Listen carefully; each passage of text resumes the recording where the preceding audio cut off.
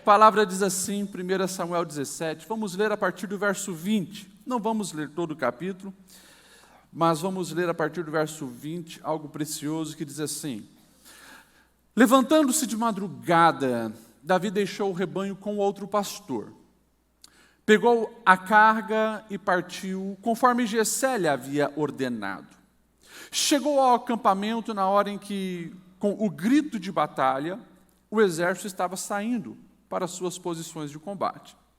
Israel e os filisteus estavam se posicionando em linha de batalha frente a frente. Davi deixou o que havia trazido com o responsável pelos suprimentos e correu para a linha de batalha, para saber como estavam seus irmãos. Enquanto conversava com eles, Golias, o guerreiro filisteu de Gate, avançou e lançou o seu desafio habitual, e Davi ouviu. Quando os israelitas viram o homem, todos fugiram cheios de medo.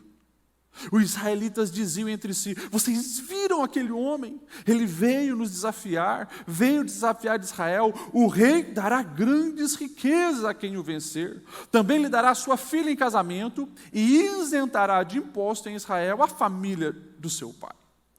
Davi perguntou aos soldados que estavam ao seu lado: espera aí, o que receberá o homem que matar esse filisteu e salvar a honra de Israel? Quem é esse filisteu incircunciso para desafiar o exército do Deus vivo? E repetiram a Davi o que havia comentado e disseram: é isso que receberá o homem que matar o gigante. Quando Eliabe, o irmão mais velho, ouviu Davi falando com os soldados, ficou irritado com ele e perguntou: por que você veio até aqui? Com quem você deixou aquelas poucas ovelhas no deserto? Eu sei que você é presunçoso, Davi. O seu coração é mau. Você veio só para ver a batalha. Disse Davi: o que eu fiz agora? Será que eu não posso nem mesmo conversar? Ele então se virou para o outro e perguntou a mesma coisa. E os homens responderam, como antes.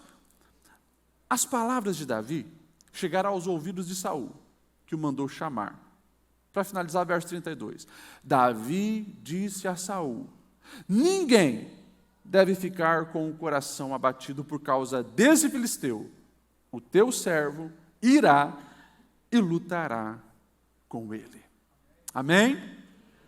Através dessa história clássica, o encontro de Davi e Golias, eu quero vos falar nessa noite sobre esse tema: esperança motivadora. Esperança motivadora. As pessoas gostam de um ditado popular que diz que esperança é a última que morre. Você já ouviu isso, amém? Alguns até brincam e fazem piadinha: nunca case com uma mulher que a mãe dela se chama Esperança, porque esperança é a última que morre. É claro que a gente não participa disso, porque as nossas sogras são bênçãos. A minha, pelo menos, é muito abençoada, minha segunda mãe. E para nós cristãos, nós sabemos que a esperança não é a última que morre, porque quem está em Cristo, nós temos esperança eterna. E nós precisamos nos apegar nessa verdade. E precisamos, é claro, entender que Deus deseja que venhamos caminhar nessa terra, em esperança. E uma esperança que nos motive a viver da maneira certa. Quando a gente fala a palavra motivação, a gente sabe que há muitas vertentes de pensamento sobre motivação, porque geralmente a gente associa motivação com algo bom. Mas se você cair na filosofia, você vai ver que motivação tem o mesmo radical de motor, né? E esse mote de força motriz é aquilo que impulsiona.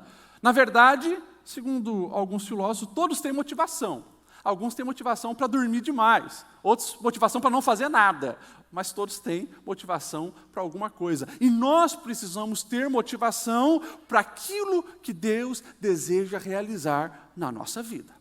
Davi é alguém que nos ensina a ter essa esperança motivadora. Uma esperança que nos impulsiona para viver algo nobre, algo relevante, algo grandioso. Davi, nessa fase, eu sempre digo assim, Davi teve algumas fases na vida dele. E essa fase, do início da história de Davi, um Davi jovem, um Davi que foi ungido, um Davi que vai para enfrentar Golias, esse Davi tem muitas lições preciosas para nos ensinar e que nós podemos copiar. A gente vai ver que depois, na fase adulta, de reinado, Davi tem algumas coisas para nos ensinar, mas pelo seu mau exemplo. A negligência com a família, o seu envolvimento com mulheres que não deveria e assim por diante. E lá no fim da vida dele, ele volta, a ter também algumas coisas preciosas para nos ensinar. Mas vamos falar desse Davi jovem. Esse Davi que é pastorzinho de ovelha, esse Davi que faz parte de uma classe rejeitada, porque pastor de ovelha, você sabe, é rejeitado, a ovelha depende de muito cuidado, a demanda de um pastor de ovelha é muito grande, então eles não participam das festas sociais, eles literalmente fedem ovelha. Então, no próprio contexto de Israel, pastor de ovelha rejeitado. E quando chega lá, na casa de Jessé, Samuel, o grande profeta, aquele que é profeta, é juiz, aquele que está, digamos, na frente do povo de Deus, vem para ungir Davi diante dos seus irmãos. Todos ali entendem que essa unção de escolha para algo nobre, algo especial, fica aquele clima assim, mas o Davi, o menor da nossa casa, pois é esse Davi. E esse Davi tem muito para nos ensinar a respeito desse assunto, esperança motivadora, porque nós precisamos permitir que essa esperança domine a nossa alma. Os dias hoje não são bons. A perspectiva de alguns é que, não, mas os dias vão melhorar. Não sei. A gente cada vez vai ouvir talvez mais de guerra, mais de doença. Por isso, a nossa esperança jamais deve estar limitada à circunstância que a gente vive. Mas a esperança que está dentro da nossa alma, como um fogo que aquece o nosso coração. E Davi, ele tem isso. Davi, ele tem algumas esperanças para nos mostrar.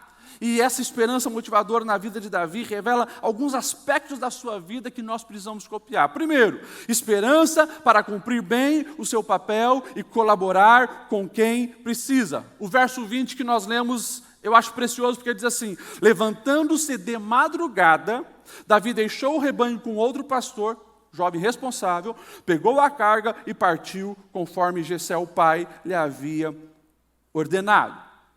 Ele era responsável para cuidar das ovelhas, pastorear o rebanho do pai, ele foi responsável para deixar um outro cuidando, e agora ele vai realizar um papel de mensageiro, quem sabe de o office boy da época, apenas entregar mantimento para os seus irmãos que sim, estão numa posição de importância, são soldados de Israel, pois é, mas ele se coloca à disposição e tem esperança na sua alma para cumprir aquele papel que muitos não davam nada.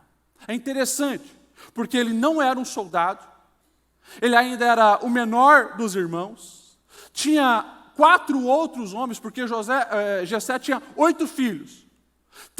Os 3 mais velhos foram para a guerra. José era o menor. Eu me pergunto, por que logo o Zezinho é enviado como mensageiro, como carregador de mantimento para os seus irmãos que estão na guerra? E os outros? Por que não podia ser nenhum deles? Enfim, aqui fica alguns questionamentos, mas nós precisamos entender que as coisas simples do dia a dia, o acordar de madrugada, o acordar bem cedo, o realizar uma tarefa desprezível para a época como pastor de ovelhas, o estar subordinado ao pai, dizendo, não pai, eu vou levar esses mantimentos, revela já uma esperança no coração de Davi, que vai abrir grandes e importantes oportunidades para a sua vida, mas ele tem na sua alma motivação para fazer o básico. Começa por aí. Muitas pessoas vão se perdendo ao longo da vida, porque no básico do dia a dia vão perdendo a alegria de viver e enxergando a beleza dos detalhes da vida. Aquilo que é rotineiro, aquilo que acontece todos os dias, precisa sim estar de acordo com o nosso propósito de vida, para que nós venhamos estar sempre com uma esperança que nos motiva a viver. Quando nós olhamos para a palavra de Deus, nós entendemos que só vive a vida com excelência quem está em esperança todos os dias. Você precisa encontrar esperança no que você faz cotidianamente. De vez em quando, eu estou no meu gabinete atendendo alguém que diz, pastor, eu não aguento mais. Alguns reconhecem, eu venho já em depressão há muito tempo. E a gente vai olhar a vida dessas pessoas e a gente analisa a vida dessas pessoas. É um ciclo que não tem como ter outro resultado a não ser o desgosto, a amargura, a tristeza, a depressão. Porque quando o relógio desperta, parece que algo ruim vai acontecer. As pessoas, elas acordam para ir num trabalho que não gostam, com pessoas que não suportam, para fazer aquilo que lhes desagrada e que elas não entendem e não vêem nenhum propósito de vida e querem ter uma esperança real latejando na sua alma. Isso não acontece. Mas quando nós estamos alinhados com os projetos de Deus, assim como Davi estava, porque ele havia sido ungido rei, mas ele não era rei. Era apenas um pastor de ovelha e agora um office boy. Mas ele decide encontrar motivação em tudo, porque a esperança estava na sua alma. Ele sabia, eu vou fazer aquilo que precisa ser feito. Começa a pensar sobre a sua vida. Se olha no espelho da palavra. Você acorda motivado? Você gosta do que você faz? Com as pessoas com que você convive? Todos os dias você vive uma rotina que te dá prazer, que tem sentido com um propósito maior ou não? É um peso para você. Comece analisando isso. Depois nós vamos ver que Davi, ele tinha uma esperança para vencer o desânimo e os desanimadores. Porque ele chega lá, ele é responsável, ele entrega os mantimentos para a pessoa que cuidava dos estoques, ok? Isso aqui é para os meus irmãos, tá? O Eliabe, o Abinadab e o Samá, os três que estão na guerra. Ok, vamos deixar guardado aqui. E ele vê, os soldados já estão lá na frente de batalha, e ele vai lá. Quando ele chega, Golias está desafiando o exército de Israel, os soldados estão todos com medo, mas daí alguém disse, se vira o tamanho desse cara, ninguém está tendo coragem, tanto que Saul já tá fazendo umas promessas meio doidas. Saul diz que vai entregar a filha dele para casar com quem matar esse gigante, vai isentar a família dele de imposto.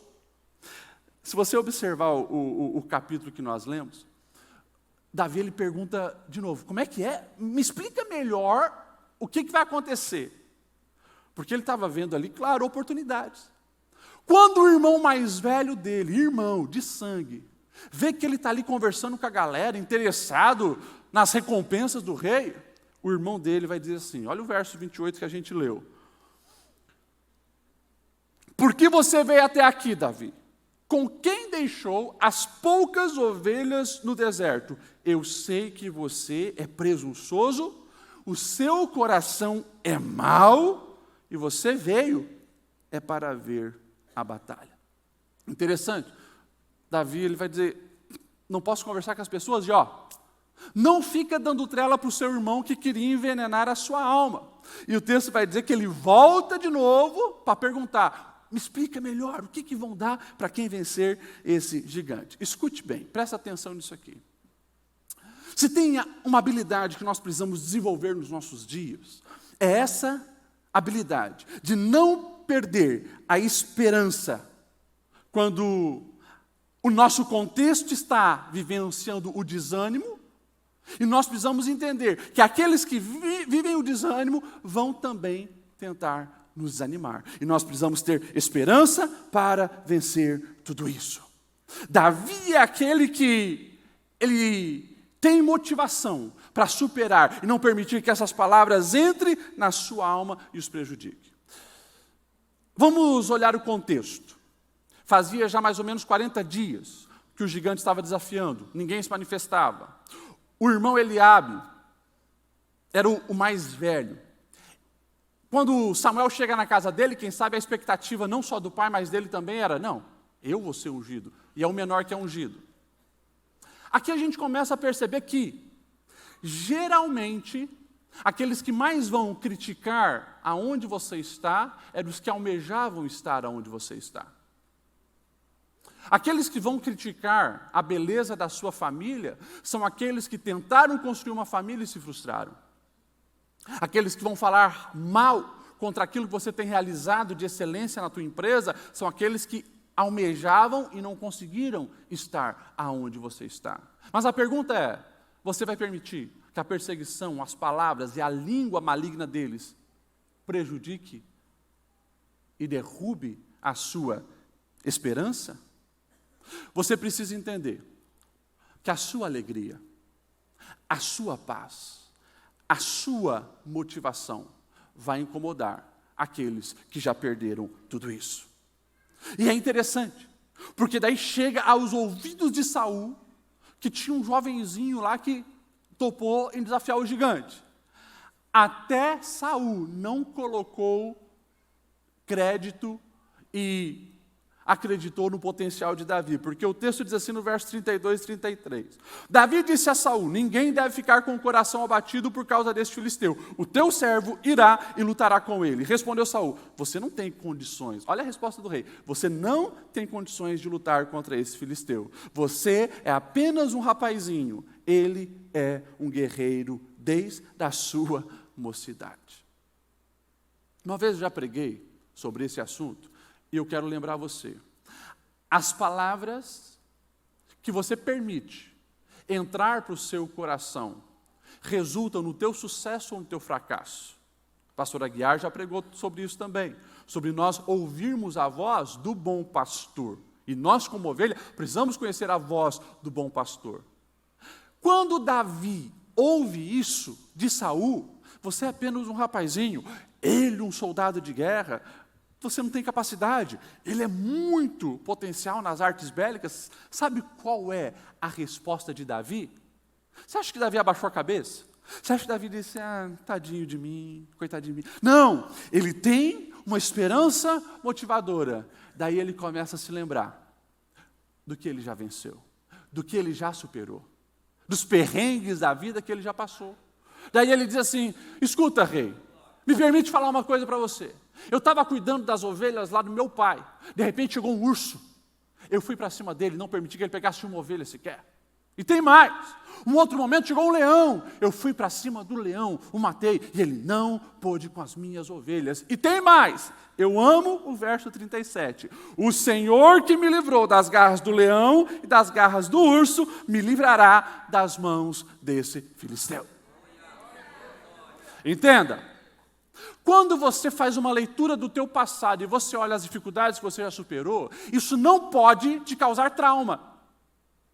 Isso não pode, poxa, Deus permitiu que um leão chegasse, que o urso chegasse. Ei, tudo aquilo que Deus permitiu lá era um treinamento para você vencer os gigantes de hoje.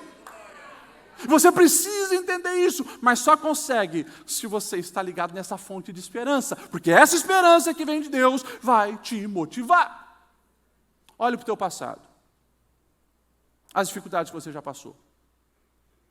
Você já teve um encontro com a morte? Eu já tive uns 2 encontros com a morte. No meu acidente, numa escada, no trânsito. Eu pude ver a mão de Deus me livrando. Você já teve a experiência de alguém te perseguir e querer te destruir? Pois é, mas você está aqui, porque você superou aquilo lá. Nós precisamos olhar aquilo e entender que Deus permitiu para nos fortalecer, para nos ensinar, para nos capacitar, para que nós viéssemos desenvolver uma fé inabalável no que Deus pode fazer na nossa vida. Porque se Deus está conosco, vai dar tudo certo. A circunstância sempre aparentará desfavorável para quem não tem esperança. Davi, ele sabia quem era o seu Deus, estava cheio de esperança. Então, ele não estava vendo aquele quadro como um quadro negativo. Ele não vê aquele posicionamento dele, eu vou aqui me posicionar para lutar contra esse gigante, porque eu sou um kamikaze, projeto suicida. Não. Eu sei que Deus está comigo e vai dar certo. Presta atenção. Essa história de 3.000 anos atrás chegou até nós para nos ensinar a viver e a enfrentar os desafios. Mas por que diante dos desafios você não está com essa esperança? Porque diante dos desafios, em vez de ter palavra de coragem, pensamento de ânimo, uma esperança que te motive, você reclama, você murmura. Você não vê Davi dizendo, Deus permitiu que um gigante chegasse para afrontar o povo de Deus. Não. A pergunta é, quem é esse incircunciso para desafiar o Deus de Israel? Gente, toda vez que você reclama, você está desacreditando no que Deus pode e está fazendo na sua vida. Toda vez que você reclama, você está dando injeção de desânimo na sua alma. Toda vez que você reclama, que você murmura, que você só foca no negativo, você está desanimando a si mesmo. Não faça isso. Mas, pastor Lediel, tem que reclamar, porque a situação é negativa. Dá uma olhada nas pessoas, dá uma olhada na pandemia, dá uma olhada na nossa política, dá uma olhada nos nossos políticos, dá uma olhada no Brasil. Vem cá. Quem tem aqui mais de 30 anos? Alguns, não querem se expor, não tem problema, fica tranquilo. Você que tem mais de 30 anos, você já ouviu, pelo menos na rádio, na televisão, algum momento onde as notícias concernentes à nossa política eram todas favoráveis? Gente, tem algum momento na nossa história que a gente não foi governado por governos corruptos? Teve algum momento da nossa história que a gente estava isento de violência, de problemas assim? Teve, porque eu não estou lembrado. Desde que eu me entendo por gente, eu vejo as pessoas reclamando dos políticos, da corrupção no Brasil, do sistema de saúde do Brasil, e assim por diante. Essa é a verdade. Então, o que nós precisamos fazer? Para de reclamar, foca nas coisas boas, naquilo que tem solução, não se apaixone pelos problemas. Olha só, está ali, olha a diferença de posicionamento. Os soldados de Israel, soldados, homens preparados. O gigante é insuperável, é imbatível. Davi, olhando para Deus, esse camarada está vindo com a gente com espada, com escudo, mas nós vamos para cima dele em nome do Senhor dos Exércitos, vai dar certo. Qual é a diferença? A diferença é permitir que a esperança que vem dos céus esteja na sua alma. Um pouco atrás, lá os espias de Israel, 10 espias. Esse povo dessa terra, eles são muito grandes, a gente parece gafanhoto perto deles. Josué e Caleb, não, vamos para dentro, Deus está conosco, a força dele se foi, nós vamos devorar como se fossem pão. 2022, nós aqui, o problema surgiu para mim, para você. Qual o teu posicionamento? Meu casamento não está bem, eu li uma reportagem, 1 a cada 3 casamentos vai para o ralo, não tem mais jeito mesmo, acabou. O casamento não está bem, deixa eu ver, por que a gente chegou nesse nível? Deus, me dá discernimento, qual a solução? Eu vou lutar pelo meu casamento, vai dar certo, vou transformar, vai ser melhor do que podia ser antes. Deus, me dá a luz, já sei, sexta-feira tem encontro do Lar Feliz na sede, estou indo lá, vou encher meu coração de vida, de coisas boas, da palavra de Deus. Posicionamento. Por que algumas pessoas durante a pandemia estouraram? Estava vendo uma reportagem, 21 empresas, saiu na Exame ontem, eu acho, 21 empresas que explodiram durante a pandemia. Posicionamento. Viram oportunidades, e é o próximo ponto aqui. Esperança. Para enxergar as oportunidades. O texto vai dizer, por 3 vezes, Davi se interessa. Me diga, o que vão dar para quem derrubar esse gigante? Se ele perguntou 3 vezes, ele estava interessado nisso também. Por quê? Ele viu oportunidade. Eu sou um pastorzinho de ovelhas, mas há uma promessa sobre mim. Deus me ungiu, então eu vou ficar atento. E ele está interessado. Puxa, do nada, matar um gigante, Vou me tornar um príncipe, vou casar com a princesa.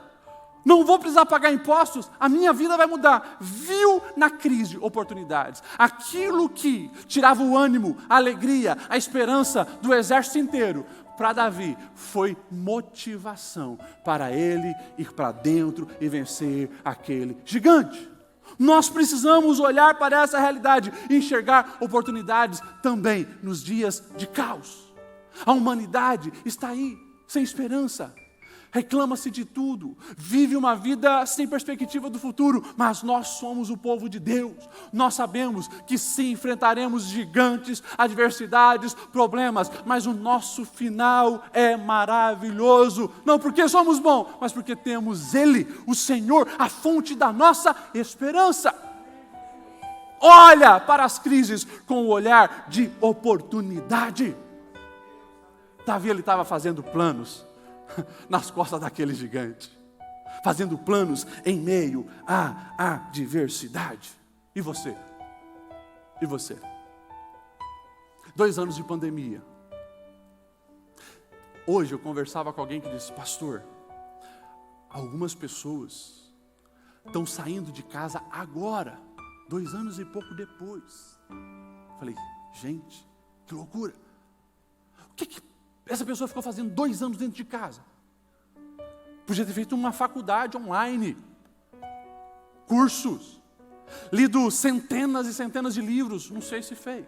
Mas assim, nós precisamos enxergar oportunidade também no meio ao caos. Você, que levou uma porta na cara quando você procurou uma oportunidade diferenciada de emprego, saiu de lá triste? Ou saiu reconhecendo que não, eu preciso estudar mais, eu preciso me capacitar mais, eu preciso ser a pessoa que eles esperam que eu seja.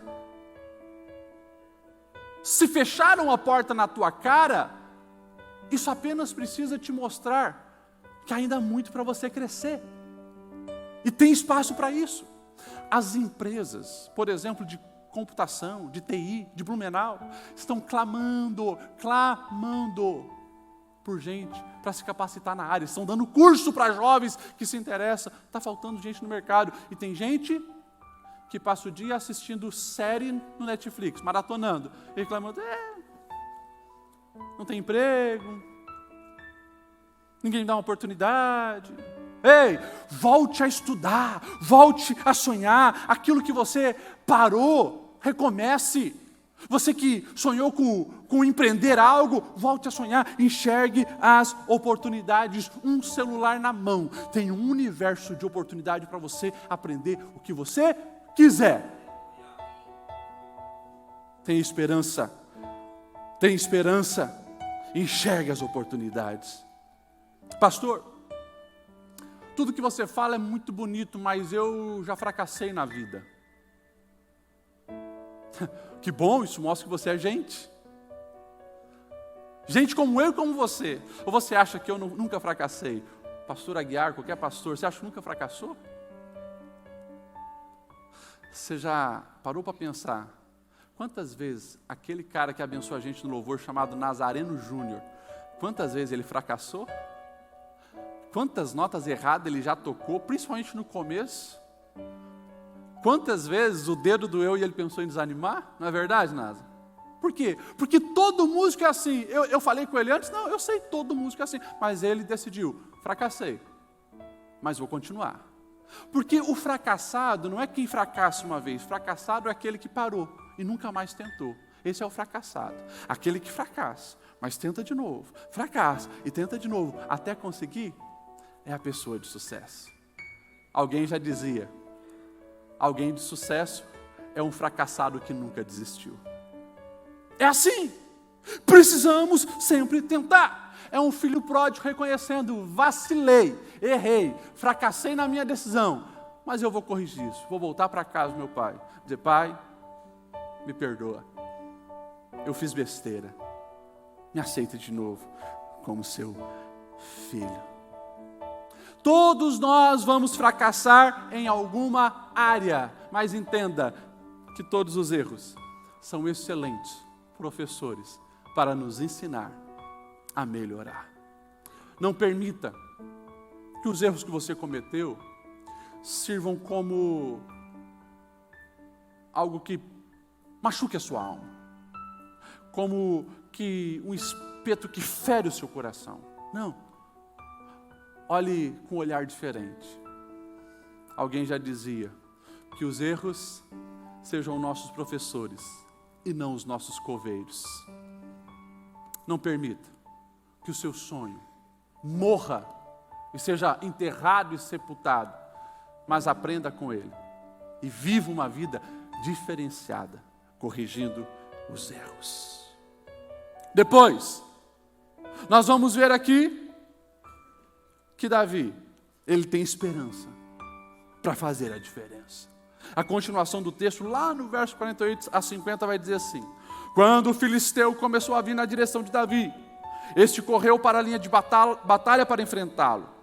Davi tirou uma pedra do seu alforje, arremessou-a com a tiradeira e atingiu o filisteu na testa, de tal modo que ela ficou encravada. Ele caiu, dando com o rosto em terra. Assim Davi venceu o filisteu com uma atiradeira e uma pedra. Sem espada na mão, ele derrubou o filisteu e o matou. Interessante.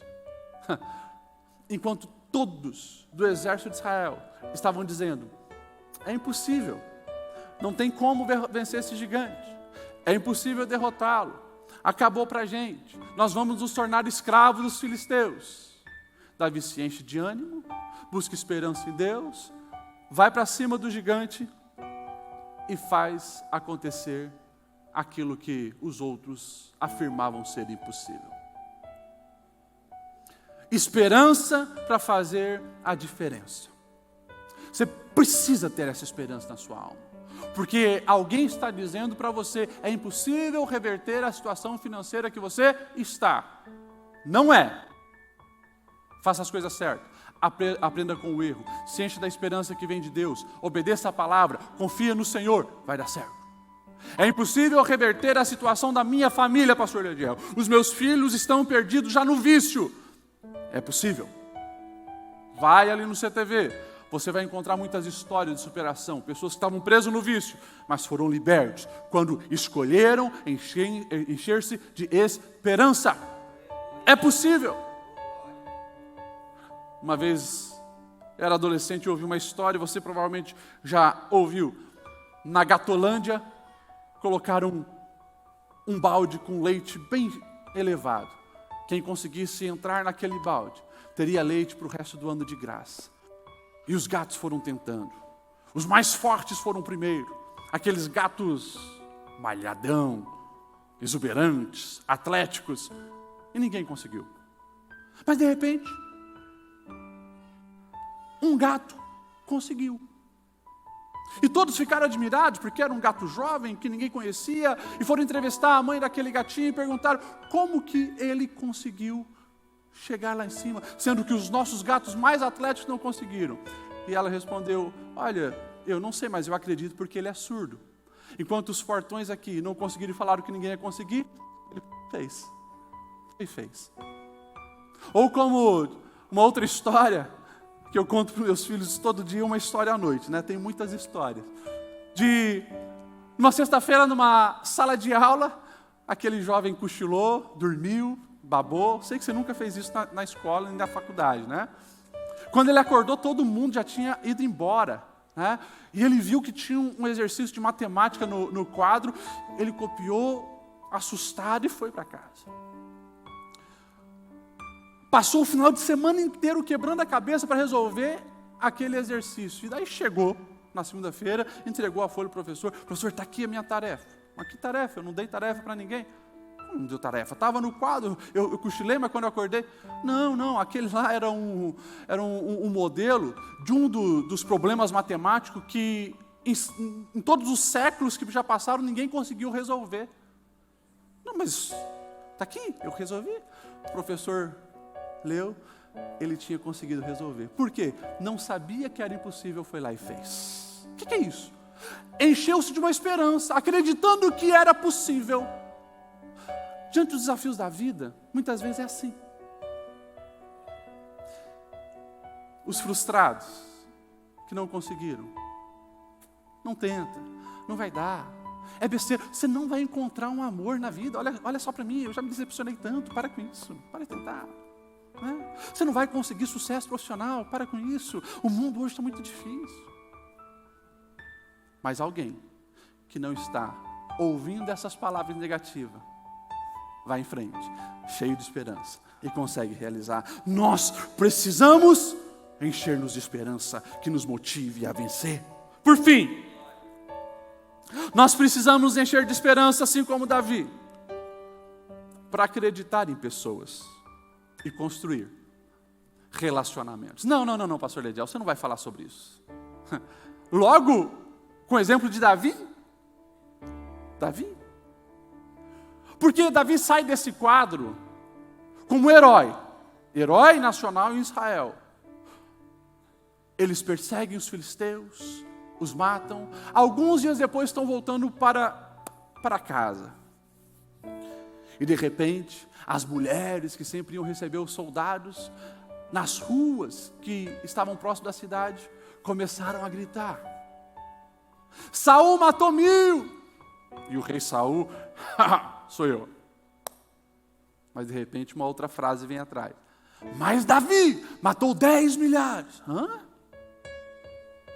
Como assim? A inveja dominou o coração de Saul.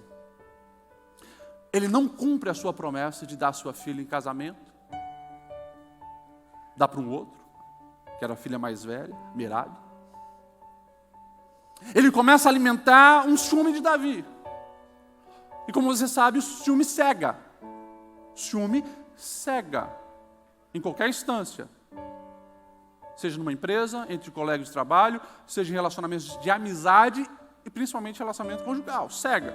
A pessoa fica bitolada, imaginando um monte de coisa. Saul, ciúme de Davi, vai querer usurpar o trono. As pessoas agora vão pensar que ele é o novo rei. Já estão dizendo aí que eu matei 1000 e ele 10 milhares. Daqui a pouco vão tirar o trono. E ele começa então a arquitetar um plano para matar Davi. Só que Deus colocou para fazer um contraponto ao ódio de Saul por Davi, o próprio filho de Saul, como amigo de Davi, Jonatas. E se a gente olhar para a palavra, o texto vai dizer assim, lá em 1 Samuel 20:16, Jonatas fez uma aliança com Davi, dizendo que o Senhor chame os inimigos de Davi para prestarem contas. E Jonatas fez Davi reafirmar o seu juramento de amizade, pois era um amigo leal. Escuta, eu não estou aqui supondo, estou aqui afirmando, vai ter gente ruim ao seu redor, vai ter gente negativa, vai ter gente que te odeia, vai ter gente que fala mal, vai ter gente para te criticar, vai ter gente para te caluniar, vai ter gente que finge te amar, mas te odeia, vai ter todo tipo de gente. Mas Deus coloca gente boa, gente com palavra de vida, gente que vai te amar verdadeiramente, gente que vai estender a mão quando você estiver caído, gente que vai orar por você, gente que vai chorar junto com você, gente que vai sorrir com as suas conquistas, gente boa. Portanto, não perca a esperança na humanidade, não perca a esperança em pessoas. Porque se alguém feriu o teu coração, eu já falei uma vez isso aqui, vou repetir, se alguém feriu o teu coração, não é para você se bloquear e achar que a solução é a solidão, porque a solidão mata, ninguém foi feito para a solidão. Sabe por quê? Porque a cura das feridas que alguém causou na sua alma também vai ser uma outra pessoa que vai gerar a cura. Se alguém te feriu, existe alguém para te curar. Se você se frustrou numa amizade, num relacionamento amoroso, não sei, pode ter certeza, alimente-se de esperança, porque tem alguém para abençoar a sua vida. Ore sobre isso, creia sobre isso, acredite sobre isso, não bloqueie a sua alma, mas que você, sempre com esperança, esteja motivado a viver o que Deus tem para a sua vida.